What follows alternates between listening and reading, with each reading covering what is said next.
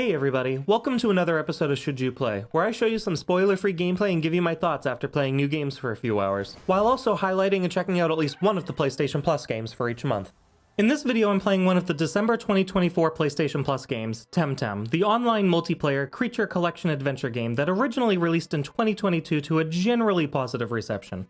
If you know my gaming habits, you'll know that I love monster catching games. Pokemon, Pal World, Dragon Warrior Monsters, Ni no Kuni, they're all for me. Something about the combination of collecting everything you can with a wide variety of beasties to travel alongside has always appealed to me. And because of that, it was kind of surprising to me that I hadn't heard of Temtem before it was announced as a PlayStation Plus game. That being said, I have mixed feelings about the game, so let's just get into the specifics and my thoughts.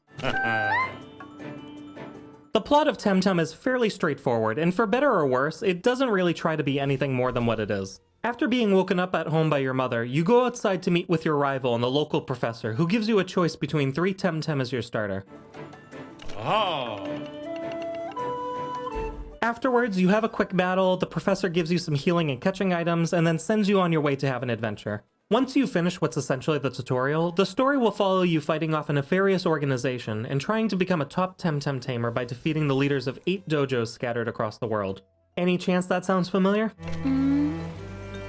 Jokes aside, Temtem really does play like a modern version of the original Pokemon games though, with the game being split pretty evenly between some linear exploration and Temtem Battles. Early on in the game, there's not too much incentive to stray from the beaten path, especially since the routes connecting the towns are so long and repetitive, compounded by the winding paths and the frequent battles you'll be forced into. But the game opens up a lot more after you defeat the first dojo master, and you'll have plenty of opportunities to complete side missions as well. Speaking of exploration, the world of Temtem is visually stunning, yet also a bit sterile at times. It has a bright and colorful aesthetic that really pops in the overworld, but it can also come across as dull and repetitive, especially within the battle sequences where every single arena is the exact same, unless you enter a new environment. As for the characters themselves, the customization options are unfortunately pretty limited with a surprising lack of variety at the start. Most of the NPCs share similar features with your character, leading to a somewhat uniform feel among the human characters, and although you're able to purchase more cosmetics later on, I would have liked to have seen a bit more variety and polish to the world and its citizens. Temtem also features a fully integrated MMO experience, complete with co-op gameplay, PvP battles, trading, and even in-game clubs for players to join. However, if you don't already know someone who owns the game and can play with you, the game is essentially going to be single player, as there really isn't a matchmaking system, and trying to join up with another random player manually was unreliable at best. I tried to join up with about 40 different players to try to get some co-op gameplay going, and every single one was met with my request timing out, being ignored, denied, or cancelled due to the player moving on to something else. It's nice to see other players wandering around trying to complete the same missions and tasks as you, even if you're not interacting with them directly, and the game doesn't suffer from being played solo, but I do wish that there was some kind of in-game matchmaking system where someone like me could easily find someone to play with for an hour or two.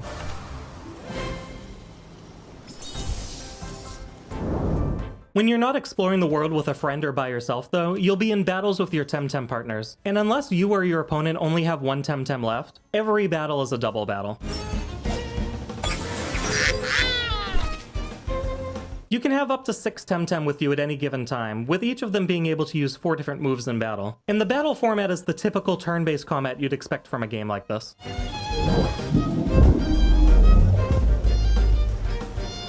The one distinction that I'll note is the stamina mechanic though. Instead of only being able to use a certain move X number of times between healing, each move takes up a certain amount of your Temtem's total stamina. And while the meter resets between battles, if you use an attack that depletes your Temtem's stamina, they'll end up hurting themselves in the process. So it's something you need to keep in mind, especially during longer or tougher battles.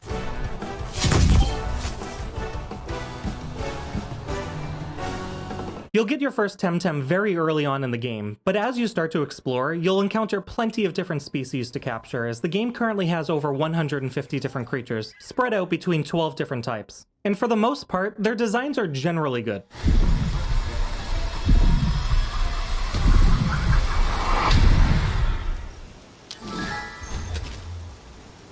Some of them have really cool and unique designs, while others leave you wanting a bit more of their basic looks. But at the end of the day, their unique strengths and weaknesses will be what matter most, meaning you'll need to think carefully about your team's composition as you progress through your adventure. Additionally, Temtem do evolve, but not like you'd expect. In a traditional monster catching game that uses evolution mechanics, you'd usually need to get your monsters to a certain level to get them to change their form. But in Temtem, the general requirement is to have them level up a certain amount after joining you. For instance, the Temtem Swally will evolve into Loali after gaining 8 levels, regardless of what level it was when you caught it. So whether you caught one at level 2 or level 30, you'll need to train it either way.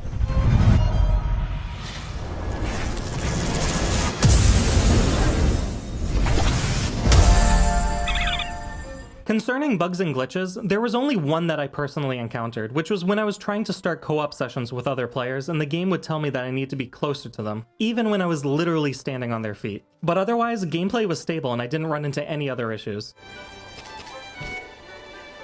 I will note that many players have reported connection issues in multiplayer, as well as temporary frozen screens during Temtem Battles, but since I wasn't able to join up with any players for co-op, I can't personally confirm or deny any of those claims. However, I wanted to mention both issues since they seem to be fairly widespread. There's a lot more to this game that I could talk about though, because the estimated length of Temtem's story is about 50 hours. And if you're the type of player who's going to want to go through all the side quests and fill up your Tem deck as well, you could easily be spending more than 100 hours in this world. And having only played about 6 hours, I've barely scratched the surface. Having said that, I still don't really know where I stand on this game. The world is vibrant yet stale, the gameplay is fun yet repetitive, and the game has a lot to offer, but it can also drag. If you're a fan of the original Pokemon games and are looking for something just a little bit different, Temtem might be worth checking out. But for me, I think I need to give it some more time before I make a definitive decision myself.